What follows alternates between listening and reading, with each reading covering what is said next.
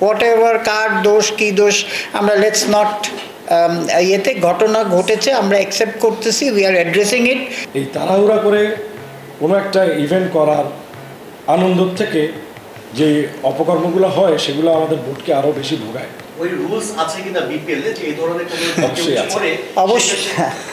অবশ্যই আছে ফায়ার ইয়েতে। আমরা এটার ইয়েতে আপনারা জানেন যে আমরা কিন্তু তাদের কবে জানি ডাকা হচ্ছে অল ফ্র্যাঞ্চাইজ, যাতে এরকম সিচুয়েশন একটা তো হয়ে গেছে, হোয়াট এভার কার দোষ কী দোষ আমরা লেটস নট ইয়েতে ঘটনা ঘটেছে আমরা অ্যাকসেপ্ট করতেছি, উই আর অ্যাড্রেসিং ইট। সে তার পরিপ্রেক্ষিতে অ্যাগ্রিগেট করছি, কারণ আমরা কন্ট্রাকচুয়ালি যেটা আপনি বললেন, হ্যাঁ এটার পরিপ্রেক্ষিতে আমাদের যে পত্র দেওয়া দরকার সেই পত্রগুলো দেওয়া হয়েছে।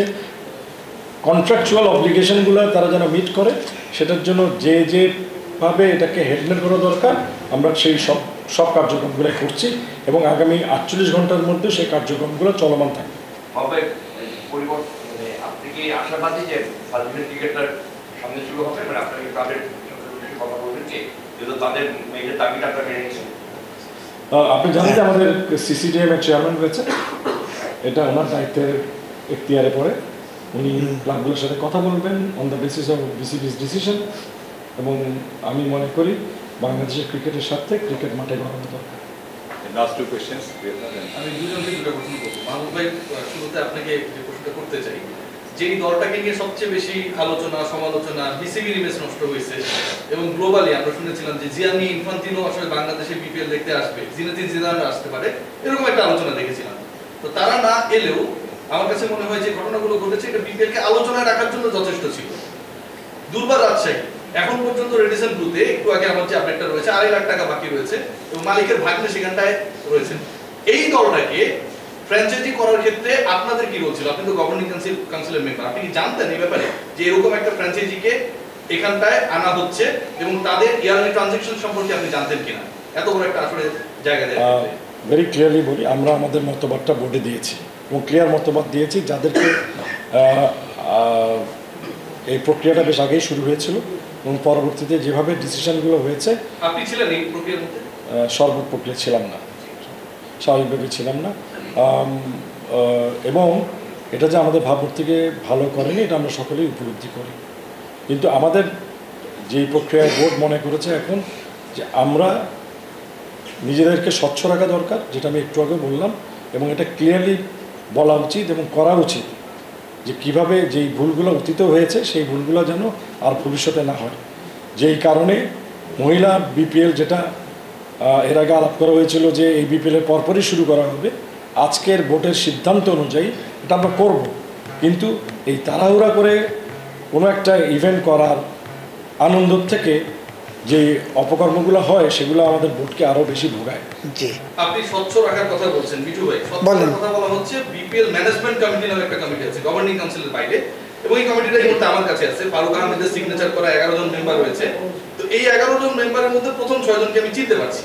এরপরে যারা রয়েছেন এখানটা একজনের নাম রয়েছেন হুসাইন জুবায়ের, একজন রয়েছেন আমজাদ হুসাইন। এই যে দুজনের আমি নাম বললাম, এদেরকে আপনারা ব্যক্তিগতভাবে চেনেন কিনা? নাম্বার 1। নাম্বার 2, যদি এরকম হয় যে আগের বিপিএল এর ডিফল্টার কেউ এরকম ম্যানেজমেন্ট কমিটির মেম্বার হয়ে যাচ্ছে, এটা কি কোনোভাবে স্বচ্ছতাকে নিশ্চিত করে? মিস্টার জুবায়ের, আগের বিপিএল একটু আলাপ করে নেই। আপনি যেগুলো বলেছেন এগুলো আলাপ হয়েছে, কোনো একটা জায়গায় কিছু কনফ্লিক্ট অফ ইন্টারেস্ট আছে সেটাও আমরা তুলে ধরেছি, এবং সেই কনফ্লিক্ট অফ ইন্টারেস্ট যাতে ম্যানেজমেন্ট কমিটিতে না থাকে সেই সিদ্ধান্ত বোর্ডে হয়েছে, এটা অ্যাড্রেস করা হয়েছে। We agree with you whatever saying. এটা কিন্তু আমরা মানে ক্লিয়ারলি ডিসকাস করেছে। দ্য কোয়েশ্চেন আপনারও ছিল, হ্যাঁ, আমাদেরও কোয়েশ্চেন এটা ছিল। So we have addressed it. হ্যাঁ, কারেন্টলি আমাদের যেটা আমরা ডিসিশনে সবাই মিলে টিম ওয়ার্ক হিসাবে বিপিএলটা আগিয়ে নিব, এবং এর মধ্যে ইন্টারেস্ট যাদের আছে তারা কমিটিতে থাকবে। কমিটি একটা মিটিংও করেনি স্যার, অনেকক্ষণ ধরে কারেক্ট, এটা আমরা ডিসএগ্রি করব না। মাহবুব ভাই দুজনের প্রশ্ন, বিপিএলে বেশ কিছু ম্যাচ নিয়ে আলোচনা হচ্ছে, ফিক্সিং এর নিয়ে আলোচনা হচ্ছে, অনেক ক্রিকেটে অভিযোগ করেছে আমাদের কাছে খতিয়ে দেখার জন্য।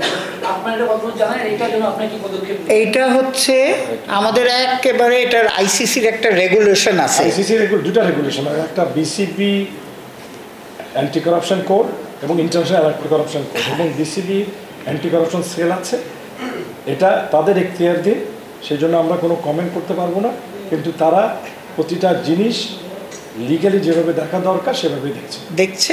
আমরা যখন জানতে পারবো তখন আপনাদের কাছে স্বচ্ছভাবে আমরা তুলে ধরব। সম্পূর্ণ 11তম বিপিএল হচ্ছে এবং মাশাআল্লাহ শুরু থেকে সবগুলো বিপিএল এ ইনভলভ, এবং শুরু থেকেই কিন্তু আপনারা মানে আপনি নয়তো আপনার কোনো কলিগ এটা বলে আসছেন যে এরপরে সব ঠিক হয়ে যাবে। আজ পর্যন্ত ঠিক হয় নাই, এবারে আপনারা এটা বললেন। আপনি আজকে বললেন যে আপনারা অ্যাড্রেস করছেন, টুর্নামেন্টটা অলমোস্ট লাস্ট পেজে চলে আসছে, এখন আপনারা অ্যাড্রেস করার পর্যায়ে আছেন। এখন পর্যন্ত কেন অ্যাড্রেস করেনি? আপনাদের সঙ্গে তো ফ্র্যাঞ্চাইজিগুলোর চুক্তি আছে, সেই চুক্তি অনুযায়ী স্টেপ বাই স্টেপ তাদের টাকা দিতে হবে, টার্মস এন্ড কন্ডিশন ফুলফিল না করলে কি ব্যবস্থা নেওয়া যায় সেটা ক্লিয়ারলি উল্লেখ আছে। তাহলে এই শেষে এসে কেন আপনারা শেষটা ভালো হবে বা আগামীতে ভালো হবে এই আশাটা করছেন? আপনারা কেন অ্যাকশনে যান না শুরু থেকে? দুটো জিনিস, একটা হচ্ছে আপনি যেটা বলছেন সঠিক, আনফর্চুনেটলি দুটো ইনকোয়ারিং কমিটির মধ্যে আমাকে থাকতে হয়েছে, এবং এটা বলাও আমার জন্য খুব একটা সুখকর নয়, কারণ বাংলাদেশ, আমি এখনও মনে করি বিপিএল বাংলাদেশের একটা ভালো প্রপার্টি, ক্রিকেটের জন্য এটা কিছু হলেও আমাদের অনেক কিছু দেয়। বিপিএলটা সম্পন্ন করাটা প্রয়োজন, টুর্নামেন্টটা শেষ পর্যায়ে সেটাও ট্রু। এটার অবস্থানটা প্রায় 50% গেম চলে যাওয়ার পরে সারফেসড হয়। So tournament has to go on. যে অ্যাকশানগুলো নেওয়ার দরকার, most of the actions are legal, এবং সেই অ্যাকশানগুলো আমরা নিচ্ছি। যদি না নিয়ে থাকে, আজকে যারা এই কাজগুলো করেন তাদেরকে নির্দেশনা দেওয়া হয়েছে কী কী করতে হবে। বিসিবির তরফ থেকে কিছু কিছু জায়গায় আমি বলবো শর্টফল আছে, হয়তো একটু সচেতন হলে এগুলো হতো না। আমার মনে হয় আমাদের হাত তুলে বলতে হবে যে কোথায় আমাদের ভুল আছে, এবং যেন এটা না করি, এবং এটা করার জন্য আমাদের আরো বলিষ্ঠ হতে হবে। লাস্ট কোশ্চেন জ্যোতি। ভাই, একজন স্ট্যান্ডিং কমিটিতে একজন একাধিক দায়িত্ব, এক দুই কিছু পদ অবশ্যই হয়ে আছে, এইগুলো কি পূরণ করার কোনো নির্বাচন যেকোনোভাবে পূরণ করার কোনো আলোচনা হয়েছে? আলোচনা আপনার যাচ্ছেন আলোচনা হয়েছে কিনা? আমি বলেছি আলোচনা হয়েছে।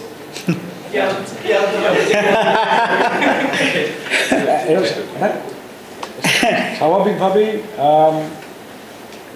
আনফর্চুনেটলি আমাদের এখানে আমরা যারা বোর্ড ভলেন্টিয়ার বোর্ড ডাইরেক্টর আসি, ধরে নেওয়া হয় যে আমরা কাজগুলো করব। আমাদের কিন্তু এটা বোর্ড কিন্তু একটা কর্পোরেট স্ট্রাকচার, এবং এটা কিন্তু চলমান। নির্বাচনের প্রক্রিয়ায় যে যে জিনিসগুলো দরকার সেটা আজকে আলাপ হয়েছে, এবং এই ব্যাপারে কিছু নির্দেশনা চাওয়া হয়েছে আমাদের লিগ্যাল অ্যাডভাইজারের কাছ থেকে। সেই নির্দেশনাগুলো যদি আসে তারপরে বোর্ড সিদ্ধান্ত নেবে। ওকে, ধন্যবাদ।